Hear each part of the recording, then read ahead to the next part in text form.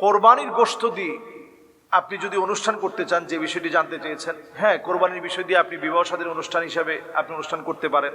বিবাহ শাদীর যে লোকেরা আসছে তাদেরকে খাওয়াতে পারবেন, কোনো অসুবিধা নেই। এরপরে যে প্রশ্নটি করেছেন যে কোরবানির গোশত কি 3 ভাগ করতেই হবে কিনা, হ্যাঁ, 3 ভাগ করাটা হচ্ছে মুস্তাহাব। কেউ যদি না করে তার কোরবানি হবে না এমনটা বলার সুযোগ নেই। আমরা করার চেষ্টা করব, কারণ আল্লাহ তাআলা সারা বছরই আমাদেরকে কিছু না কিছু খেতে দেন। এমন অনেক অভাবী মানুষ আছে যারা আসলে সারা বছরে একবারও গোশত খেতে পারে না। তাদের দিকে অন্তত আমরা তাকাবো। আমরা কোরবানির গোশত সবার মধ্যে বন্টন করে আত্মত্যাগ আমরা ভাগাভাগি করার চেষ্টা করব। এরপরে প্রশ্ন হচ্ছে কোরবানির সাথে আকিকা করা যাবে কিনা। হ্যাঁ, আকিকা করাটা কোরবানির সঙ্গে এটা উত্তম কাজ না। আকিকার একটা নির্দিষ্ট সময় আছে। নবীজি সাল্লাল্লাহু আলাইহি ওয়াসাল্লাম হাদিসের মধ্যে বলেছেন, কুল্লু গুলামিন রাহিনাতুন বিআকিকাতিহি তুযবাহু আনহু ইয়াওমা সাবিহি ফায়ুহলাক ওয়া ইউসাম্মা। 7ম দিনে আপনি কি করবেন? আকিকা করবেন।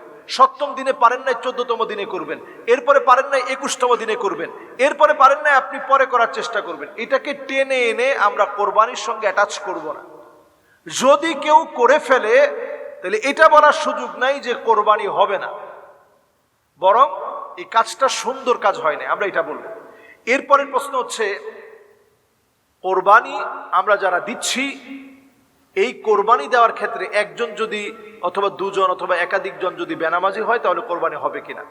আসলে আমরা কোরবানি দেওয়ার ক্ষেত্রে প্রত্যেকের ইনকামটা হালাল আছে কিনা বাহ্যিকভাবে এটা চিন্তা করব। প্রত্যেকে নামাজি কিনা এটাও আমরা চিন্তা করব। নেককার দিনদার কিনা এটা আমরা চিন্তা করব।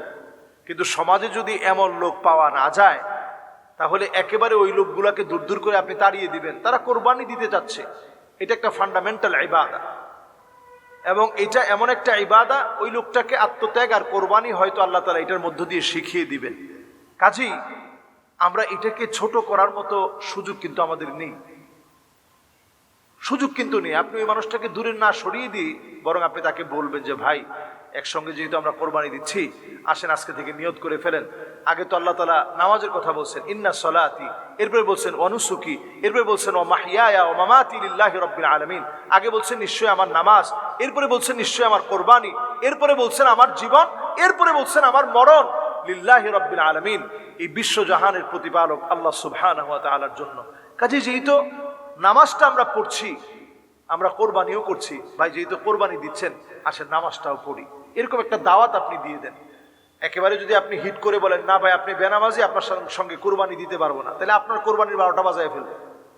এই জন্য এটা আমরা বোঝার চেষ্টা করি। এরপরে প্রশ্নটা হচ্ছে যে কোরবানির যারা আমরা কোরবানি দিচ্ছি, যদি মৃত ব্যক্তির নাম কোরবানির মধ্যে থাকে, ধরেন আপনার বাবার নামে আপনার দাদার নামে আপনি একটা ভাগ রাখলেন, 7 ভাগের 1 ভাগ আপনার দাদার নামে আপনার বাবার নামে অথবা মৃত মায়ের নামে আপনি যদি দেন তাহলে কোরবানি হবে কিনা। হ্যাঁ, কোনো অসুবিধা নাই, এটাও আমরা করতে পারি। তবে এটা খেয়াল রাখতে হবে মৃত ব্যক্তিদের সংখ্যা জীবিত ব্যক্তিদের চাইতে যেন কম হয়।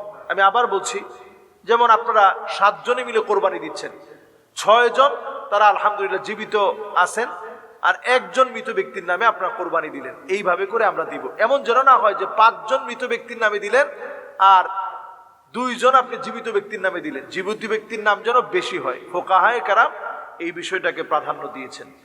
এই বিষয়গুলো খেয়াল রেখে শেষ যে প্রশ্নটা কোরবানি নিয়ে, সেটি হচ্ছে কোরবানি করার সময় আমরা প্রত্যেকেই কি বিসমিল্লাহি আল্লাহু আকবার বলবো কিনা। হ্যাঁ, আমরা প্রত্যেকেই বিসমিল্লাহি আল্লাহু আকবার অথবা বিসমিল্লাহি আল্লাহু আকবার প্রত্যেকে আমরা বলার চেষ্টা করব।